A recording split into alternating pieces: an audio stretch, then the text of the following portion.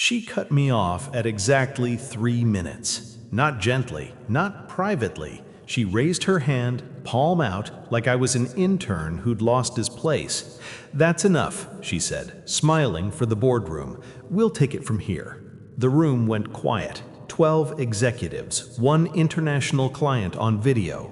My slides froze mid-sentence. I nodded. Calm, professional. Inside, something old and patient finally clicked into place, because this wasn't the first time she'd silenced me.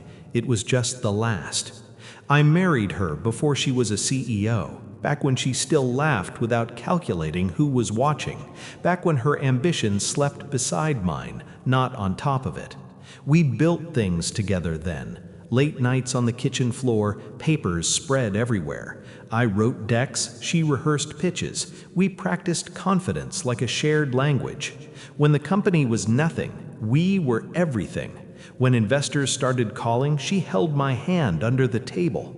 When the first big deal closed, she cried into my shoulder. She used to say, "I trust you more than anyone." I believed her. That was my first mistake.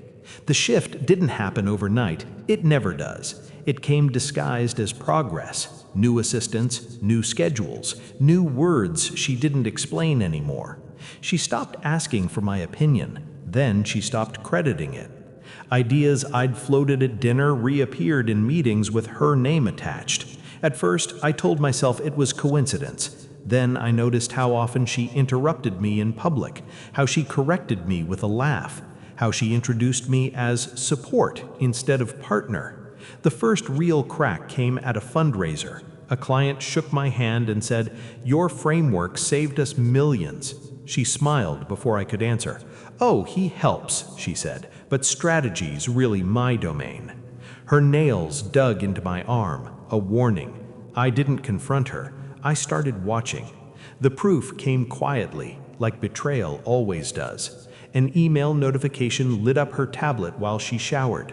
I wasn't snooping. It was right there. My name in the subject line. IP transfer confirmation. I read it once, then again. Legal language, ownership percentages, my work, my models, my algorithms, assigned solely to her holding company. Signed, filed, executed. Without me. I felt something tear, but it wasn't loud. It was precise. That night, I kissed her forehead and told her I was proud of her. Then I began to plan. I didn't rage, I didn't accuse, I documented. Every late-night email where she forwarded my work as hers, every meeting recording where she rephrased my ideas verbatim, every contract amendment that quietly removed my name. I hired a lawyer she didn't know, a forensic accountant who asked no questions, a digital security firm that specialized in corporate ethics disputes. I learned patience. I learned how much power lives in silence. I registered my own LLC, filed provisional patents, backdated nothing. Clean, legal, ruthless. I let her believe I was shrinking. People underestimate men who stop talking. The presentation was my idea. A new client, massive, international, high risk, high reward. I built the entire pitch, not just slides, architecture, risk mitigation, scalability models. She approved it without reading. "Keep it tight," she said. "I'll jump in if needed." She always did. When she stopped me 3 minutes in, I saw it in her eyes. Control. She took over smoothly, confident, polished. She explained my framework like it had been hers for years. The client listened, nodded, then his screen flickered. He checked his phone and smiled. "Before we proceed," he said, "I just received a message." My wife froze. He looked directly at me. "From you." The room shifted. Air pressure changed. She turned slowly. "What message?" He tapped his tablet. "The one outlining your independent firm's proposal, with full documentation, patent filings, and an ethics disclosure regarding intellectual ownership." Her face drained of color. I hadn't sent it that morning. I'd scheduled it months ago, triggered by her interruption. The client continued, voice calm, surgical. It appears there's a discrepancy between who developed this technology and who's presenting it. Silence. I stood. I didn't interrupt earlier, I said, because I wanted this to be clear. She whispered my name. A warning this time. I ignored it. I resigned from the company this morning, I continued, effective immediately. All deliverables created by me are now under my firm, including the core architecture you're discussing. I clicked the remote. My logo replaced hers. Gasps, murmurs. The client leaned back, impressed.